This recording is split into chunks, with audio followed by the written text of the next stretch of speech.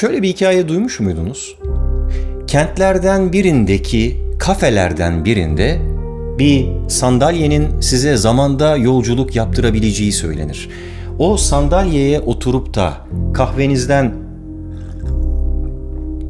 bir yudum aldıktan sonra geçmişte istediğiniz bir zaman dilimine sizi götürebilir. Ama sadece o sandalyede oturduğunuzda bu yolculuğu yapabilirsiniz ve sadece kahveniz soğuyana kadar orada, geçmişte kalabilirsiniz.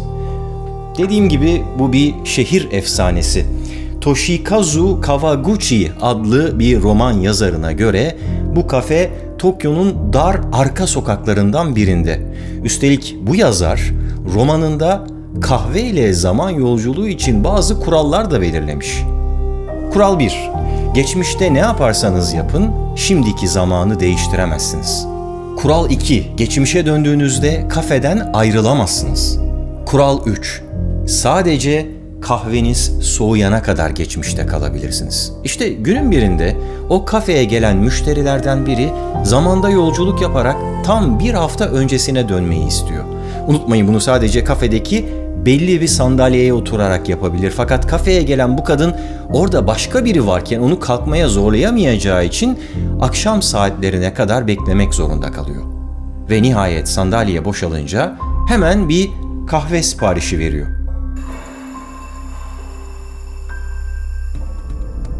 Kahve bir ritüelle ikram edilirken zaman duruyor. Fincandan yükselen buğu tavana kadar çıkıyor. Kadın gözlerini kapatıyor. Tavandan akan damlalar, mekandan süzülen gözyaşları gibi zamanı geriye doğru akıtmaya başlıyor.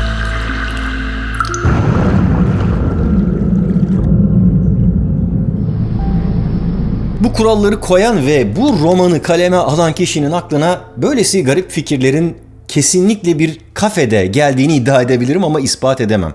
Ama eminim benim gibi sizin de böyle bir kafeye oturduğunuzda aklınıza fantastik konular geliyordur.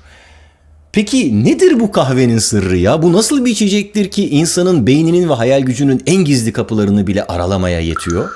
Onu içtiğinizde evet, geçmişe belki fiziksel olarak gidemeseniz de anıların nehrine salıveriyorsunuz kendinizi. Gelin kahvemiz soğuyana kadar biraz bu konulardan konuşalım. Bu petrol gibi koyu renkli içeceğe, sahi kahvenin rengi neydi? Yeryüzünün en kompleks içeceği diyenler var. Zaten petrolden sonra dünyadaki en değerli ikinci sıvı olarak kabul ediliyor. Sadece bugün siz şu videoyu izleyip kahve içmekte bana eşlik ederken bizden başka tüm dünyada 2 milyar fincan kahve daha içiliyor. Dün de içildi, yarın da içilecek. Ve bu kadar popüler bir içeceğin sadece 500 yıldır insanlar tarafından bilindiğini öğrenmek eminim benim kadar sizleri de şaşırtacaktır. Batı'da çok daha yeni öğrenilen bir içecek bu. Bakın, İngiltere'de kahveye dair en eski yazılı belgeyi göstereyim şimdi size. British Museum'da sergilenen bu belgede genel olarak onun faydalarından söz ediliyor. Türkler yemeklerde ve diğer zamanlarda bol bol içerler diyor bir yerinde. Sonlarına doğru da genelde bunun içildiği Türkiye'de bir takım hastalıkların daha az görüldüğü ve içenlerin derilerinin çok daha berrak ve beyaz olduğunun gözlemlendiği yazılmış. Kahvenin ana vatanı Türkiye değil belki ama Batı'nın bu içecekle tanışmasında bizim çok büyük bir etkimiz olduğunu söyleyebiliriz rahatlıkla. Her şeyden önce kahve kelimesinin bile neredeyse değişmeden tüm dünya dillerine yayılmasında bizimle ilgili bazı tarihi olayların etkisi var. Evet, evrensel olarak anlaşılan ve tüm dillerde neredeyse aynı seslerle söylenen bir kelime bu. Kahve. Şöyle bir efsane duymuş muydunuz? Etiyopya'nın dağlarında bir keçi çobanı yaşarmış. Kaldi adında bir çoban. Bütün gün keçilerini otlattıktan sonra kavalını çalarak onları geri çağırırmış. Fakat bir gün keçiler geri dönmemiş. Kaldi kavalını bir kez daha çalmış. Yoklar. Onları merak eden çoban yorgun argın peşlerine düşmüş, aramaya başlamış. Bir süre sonra onları çılgınlar gibi hareket ederken bulmuş. Böyle hoplayıp zıplıyorlarmış. Günün sonu olmasına rağmen müthiş bir enerjiyle doluymuşlar. Bir süre sonra Kaldi keçilerden bazılarının bir ağacın yapraklarını ve meyvelerini kemirdiğini fark etmiş. Daha önce hiç görmediği bir ağaçmış bu. Keçilerinin bu yüzden çılgına döndüğünü düşünmüş ve ağacın meyvelerini kendi de denemeye karar vermiş. O da birdenbire tarifsiz bir heyecana kapılmış. Şarkı söyleyip etrafta dans etmeye başlamış. Dediğim gibi bir efsane bu. Etiyopya'nın sözlü geleneğinde nesilden nesle aktarılıyor. Kahvenin bu şekilde keşfedildiğine dair bir kanıt yok elimizde ama hala dağlarında vahşi olarak kahvenin yetiştiği Etiyopya'da ortaya çıktığını kesin olarak biliyoruz. Bir anlamda insanlığın beşiği olarak kabul edilen topraklarda doğmuş yani. Bana göre daha da önemlisi onun yaratıcılıkla, kültürle olan ilişkisi. Bakın sözlü efsanelerde bile bir keçi çobanının dans edip şarkı söylemesine sebep olduğu anlatılıyor. Zamanda bir yolculuk yapıp bu kez Tokyo'daki değil de Leipzig'teki bir kafeye gidelim isterseniz şimdi. 1735 yılındayız. Bu kez bir keçi çobanı değil, bir soprano dans edip şarkılar söylüyor. Ah o güzel tatlı kahve diyor.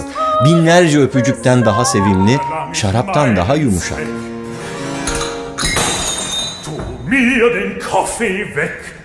Klasik müziğin babası olarak kabul edilen Johann Sebastian Bach tarafından bestelenen bir opera bu. Kahve kantatı olarak da biliniyor.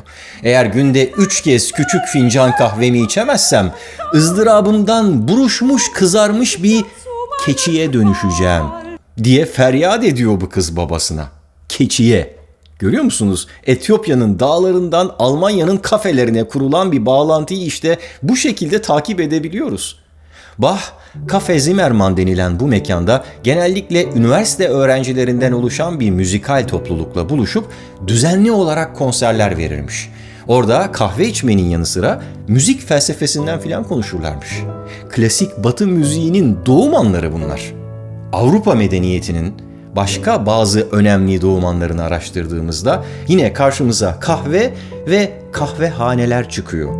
Özellikle de Viyana'dakiler. Viyana kahvelerinin Avrupa kültürü üzerindeki etkisi o kadar büyük, o kadar önemli olmuş ki 2011'de UNESCO tarafından somut olmayan kültürel miras olarak kabul edilmiş. Bir takım sosyal uygulamalarla, ritüellerle, zarafetle Viyana kafelerinde çok özel bir atmosfer yaratılmış. Bir sürü ünlü müzisyen, yazar, şair, düşünür bu kahvehanelerin müdavimiymiş. Hatta Hermann Broch, Arthur Schnitzler, Alfred Adler, Trotsky gibi bir takım isimler bu kafelerin işletmeciliğini bile yapmışlar. Meşhur Avusturyalı yazar, hani benim de zamanında Satranç adlı kitabını sizlere aktardığım Stefan Zweig, bakın şu kitapta bu kahvehaneleri demokratik bir kulüp olarak tarif ediyor. Ucuz bir fincan kahve fiyatına herkese açık diyor bu mekanlar. Her konuğun saatlerce oturabileceği, konuşabileceği, yazabileceği, kart oynayabileceği, postalarını alabileceği ve hepsinden önemlisi sınırsız miktarda gazete ve dergi bulup okuyabileceği yerler. Daha sonra bu kahvehanelerde böyle farklı dillerden bulabileceğiniz uluslararası yayınları isim vere vere, ballandıra ballandıra anlatmaya devam ediyor.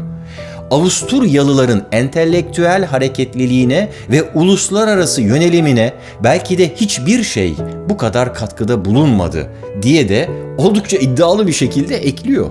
Kahve ve kahvehane. Oysa Viyana deyince bizim aklımıza hemen onun kapıları geliverir değil mi? Şöyle bir rivayet duymuş muydunuz? Viyana'nın 1683'te ikinci kez kuşatılmasının ardından kentin surlarının dibinde bir çuval bulunmuş. İçinde kahve çekirdekleri bulunan bir çuval. Fakat onu deve yemi zannettikleri için hemen yakmaya kalkmışlar. Fakat aralarında Franz Kuyziçki adında bir subay da varmış. Bu kişi geçmişte Osmanlıların içinde böyle epeyce bir uzun süre yaşamış, zaman geçirmiş, kahvenin ne olduğunu, nasıl pişirildiğini filan öğrenmiş. İşte Viyanalılar tam bu çuvalı ve içindekileri yakacakken atılıp durun ya ne yapıyorsunuz bu deve gübresi değil ki kahve filan diye feryat etmiş tabii. Aynen bunları mı söylemiş bilmiyorum, dedim ya, rivayet. Sonra hemen o çuvalı almış kendisine bir kahvehane açmış. Blue Bottle yani mavi şişe adında bir kahvehane. Onlar tabii V harfini F diye söyledikleri için kahve de kafeye dönüşmüş. Viyana'nın ve Avrupa'nın ilk kafesi. İşte Kuzicki Osmanlı kahvehanelerinde hatırladıklarından yola çıkarak bir takım denemeler yapmaya girişmiş. Süt ve şeker ekleyerek Viyana'nın artık geleneksel olarak bilinen kahve çeşidi melanjı yani Viyana kahvesini icat etmiş. Kahve kültürle bir kez daha buluşmuş ve kafelerde insanlar arası sosyal ilişkilerin merkezi haline gelmiş. 300 yılı aşkın bir süreden sonra bu kavram somut olmasa bile UNESCO tarafından koruma altına alınmış. İşte bizim coğrafyamızdan geçmiş olmasına rağmen Avrupa'da korumaya alınan bu kültürel miras konusunu öğrenen bir genç girişimci de Viyana kahvesini Türkiye'ye taşımaya karar vermiş. Viyana kahvesinin web sitesinde bu konseptin kokusu önce Viyana'yı sonra tüm Avrupa'yı sardı yazıyor. Biz de buradan esinlenerek işin içine köklü Türk damak tadı, çikolata ve nitelikli kahveyi de entegre ederek bu topraklardan başlayan bu hikayeyi başladığı yere geri getirdik. Savaştan sonra yük olmasın diye Viyana surlarının dibinde bırakılan kahve çuvalları Avrupa'nın kahveyle ilk kez buluşmasıydı. Logomuzun kale şeklinde bir fincan olması tam olarak buna bir göndermedir diyorlar. İşin geçmişe bakan tarafı böyle ama daha önemlisi geleceğe bakan tarafları, çünkü hem teknolojik hem de sürdürülebilirlik açılarından kafe kültürünü daha ileriye götürmek için çabalıyorlar. Örneğin bütün şubelerinde kahvenin gramajı, kahve makinesinin sıcaklık ayarı ortak bir otomasyonla çalışıyor. Dijital cüzdan uygulamaları, süt ve çikolata israfını ortadan kaldıran özel üretim pompalar ve yine bunların yazılımla entegrasyonu, QR kodla ödeme gibi kendilerine ait çözümleri var. Pek çok geleneksel işi bu şekilde dijitalleştirmişler. Günde ortalama şu kadar tüketim olduğunu hesaplamışlar. O yüzden bu malzemelerin tamamını çevre dostu ve sürdürülebilir olarak seçmeye çalışıyorlar. Bu şekilde yılda 500 tonluk odun israfının önüne geçerek yaklaşık 8500 kadar ağacı kurtardıklarını da hesaplamışlar. Tabi bu da yılda 36 tonluk bir karbon ayak izini ortadan kaldırmak demek. Viyana kahvesi hem sürdürülebilir hem de teknolojik olarak mekanlarını hazırlamış. En yakın olanlarından birine gidip bir kahve söyleyip sohbetin keyfini çıkarmak da size kalmış. Belki o özel sandalyeyi bulup ona oturursunuz.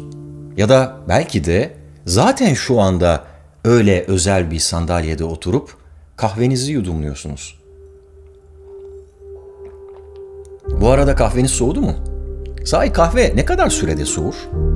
4 dakika? 40 dakika? Ben size söyleyeyim. En az 40 yılda. Evet, bu Japon yazar kentlerden birindeki kafelerden birinde bir sandalyenin size zamanda yolculuk yaptırabileceğini yazdı demiştim. Ama biz onu en az 400 yıldır yapıyoruz zaten.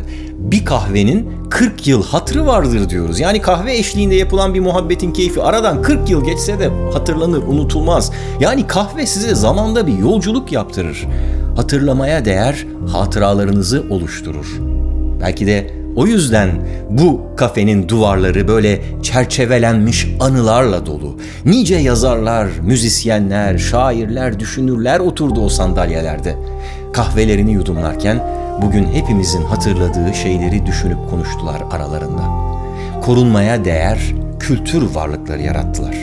O yüzden şimdi çekin bir sandalye daha, alın bir dostunuzu kahvesiyle beraber karşınıza, birlikte zamanda bir yolculuğa çıkıverin. Ama bu kez geçmişe değil, geleceğe. Çünkü bu sohbette bizim kurallarımızı birazcık farklı yapacağız. Şöyle olacak. Kural 1. Şimdi yapacaklarınızla geleceği değiştirebilirsiniz. Kural 2. Geleceğe vardığınızda geçmişi unutmamalısınız. Kural 3. En azından kahveniz soğuyana kadar geleceğe odaklanıp onu tasarlayabilirsiniz. Unutmadan, kurallar da kahve de bahane.